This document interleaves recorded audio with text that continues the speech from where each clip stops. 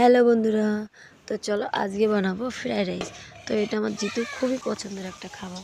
তো ওর জন্য ভাবলাম চলো আজকে ফ্রাইড রাইস বানিয়ে ফেলি।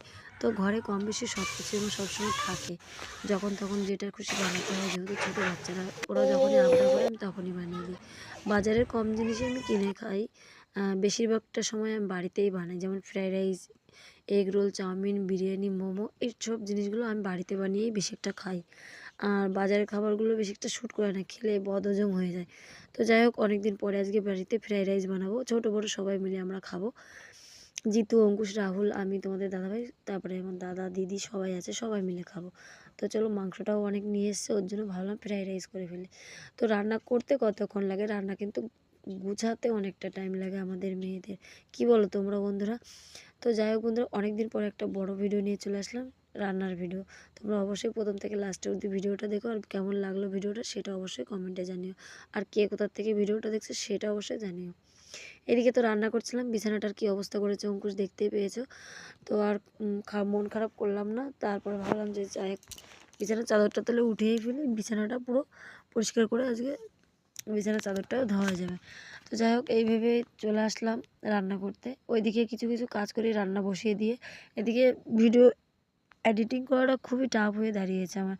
যেহেতু আমাদের টিনের ঘর, পাকা ঘর থাকলে তাদের এডিট করতে একটু সুবিধা হয়, ঘরের দরজা আটকে নিলে কোনো শব্দ আসে না। আমার আবার এদিকে টিনের ঘর, যেহেতু বাইরে একটা কুকুর ডাক দিল, সেই কুকুরের আওয়াজটাও চলে আসে।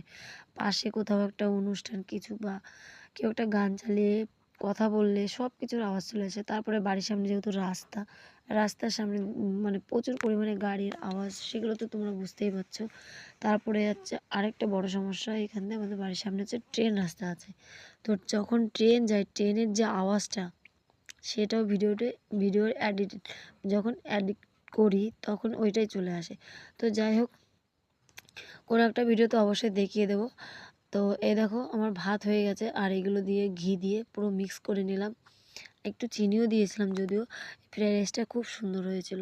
তেলটা একটু যদিও আমি কম দিয়েছিলাম, আর ঘিটাও একটু আমি কম দিয়েছিলাম, যেহেতু সবাই খাবে, সবাই আবার ঘিটা পছন্দ করে না। আর মাংসটাও দেখলে তো কত সুন্দর কষা কষা করে রান্না করেছি। 2 পিস মাংস এখান থেকে তুলে রেখেছি, তা বাদ বাকি ঝোল দিয়ে দিয়েছি। আর জিতু আবার ঝোলের মাংস থেকে কষা মাংসটা বেশি ভালো খায়।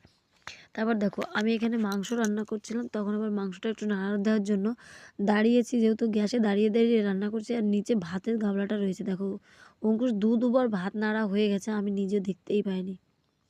আর দেখো, এই গরম ভাতে কেমন ধোঁয়া উঠছে, এটার মধ্যেই হাত দিয়ে দিয়েছে, এরকম বিরক্ত করে ও, এরকম জ্বালায়।